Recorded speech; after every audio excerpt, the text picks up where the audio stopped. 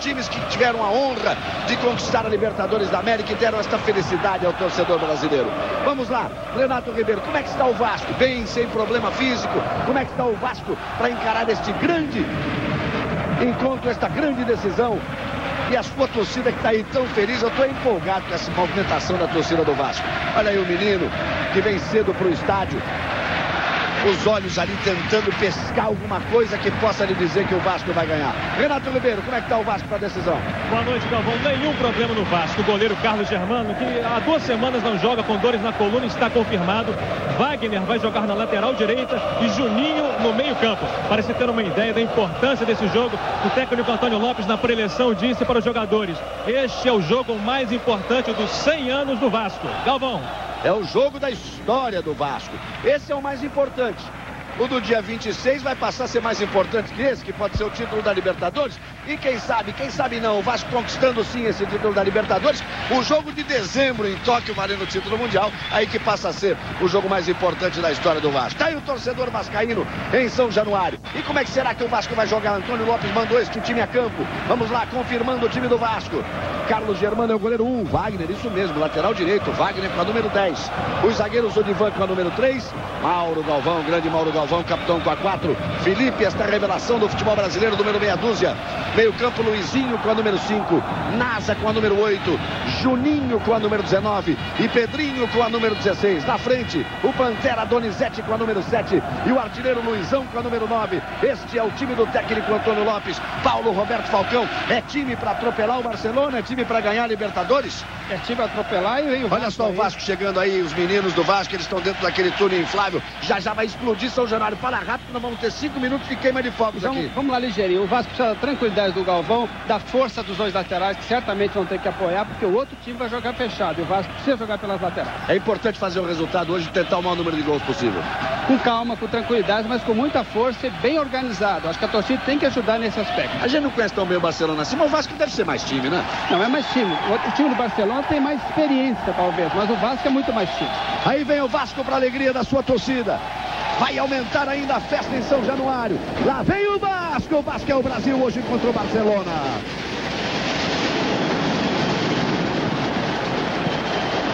E agora ninguém vai falar mais porque eles prometeram 5 minutos de queima de fogos. Vira tradição já em São Januário e prometeram que a de hoje é de arrepiar e para bater o recorde das outras. Vamos ver, tá aí a festa do Vasco.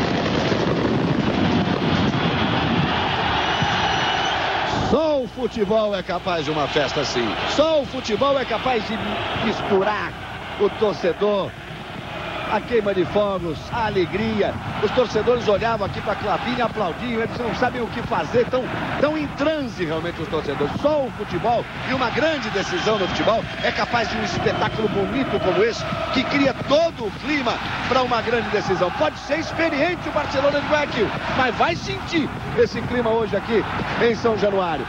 E o Barcelona de Guayaquil balança a arquibancada de São Januário à medida que pulam os torcedores do Vasco. E o Barcelona, será que aproveitou para entrar escondido na fumaça? Eu teria feito isso, entrar escondido na fumaça para evitar as vaias. O repórter César Augusto.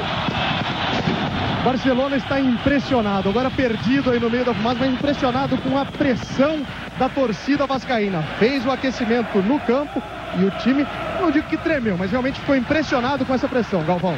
Tá certo, o Barcelona espertamente entrou no meio da fumaça.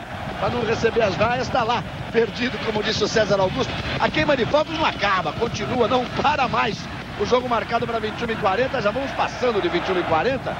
E não temos ainda o final da queima de fogos. Mas já dá pra gente colocar aí, para que a gente não se atrapalhe depois, a escalação do Barcelona. Vamos lá. Confirmando aí o time do Barcelona. Ceballos, o goleiro número 1. Gomes, zagueiro direito 2. Montaneiro, zagueiro de área 3. Quinones, aquele que foi campeão brasileiro pelo Vasco em 89, com a número 24. Capurro, que é da seleção, com a número meia dúzia.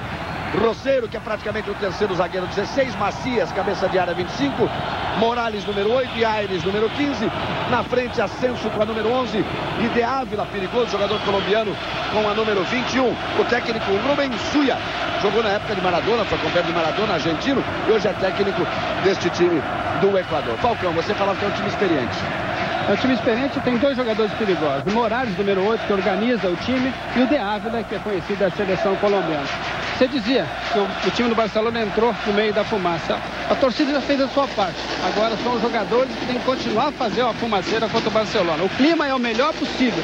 Não tem quem não joga o futebol, quem não dá um jogo como esse, não vai para dentro do campo com espírito realmente de guerreiro. É isso que se espera do time do Vasco hoje. Tá aí o Carlos Germano fazendo o seu aquecimento. O jogo deve ser complicado para a arbitragem, porque é uma decisão de Libertadores. Decisão de Libertadores é sempre difícil.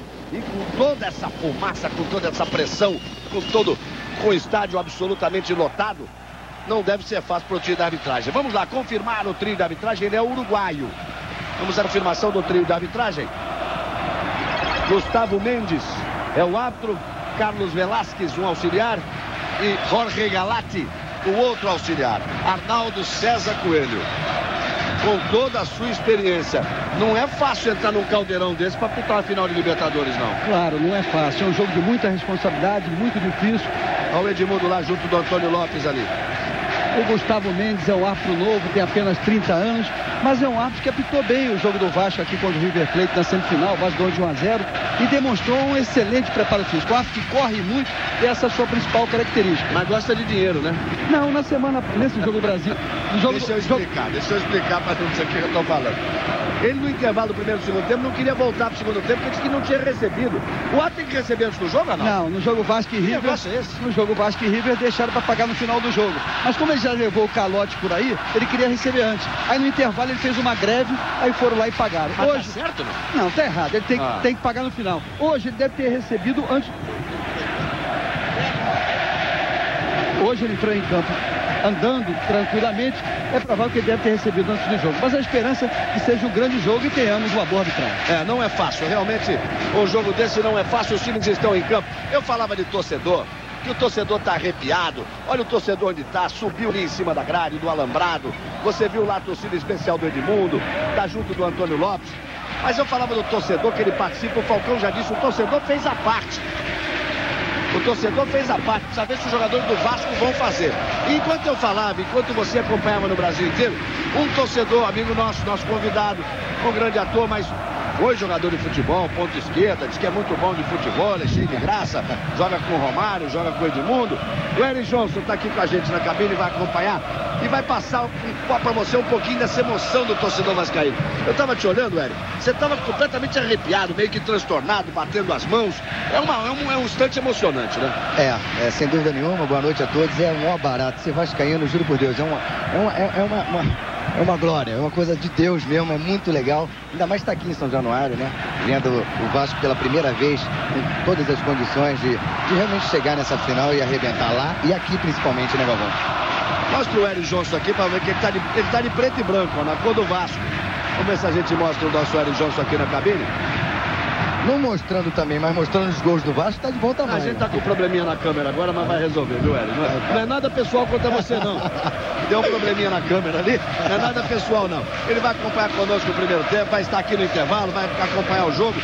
Você acredita no Vasco? Eu acredito sim. Eu acho que assim, a torcida tem que incentivar o tempo inteiro, né? Os jogadores não precisam dessa pressa para fazer o gol. Vamos fazer aos 15 minutos, aos 20 minutos, não tem problema não. Eu acredito no Vasco. Me diga uma coisa, você vai ser o Tenorinho ou vai ser o Marcelo? Na Zona Norte eu vou ser o Tenorinho, mas na Zona Sul eu vou ser o Marcelo com olhos azuis ou verdes. É o personagem, o duplo personagem do Hélio Johnson no Pecado Capital, começa dia 5 de outubro, vai fazer, aí, olha lá, olha você lá, com a camisa do Vasco. Ao vivo. Ao vivo? Tá certo. Aí o Hélio Johnson, boa sorte pro Vasco, pra você, ele vai acompanhar aqui com a gente. Vamos ao campo, acho que agora já há condições pro início da partida, né? Já vamos aí passando de 9h45, 5 minutos de atraso. Renato Ribeiro, César Augusto. Agora tem muita faixa, muito papel, muita coisa em campo, né? Exato, Galvão. Eu tô aqui no banco do Barcelona, ao lado do Robson.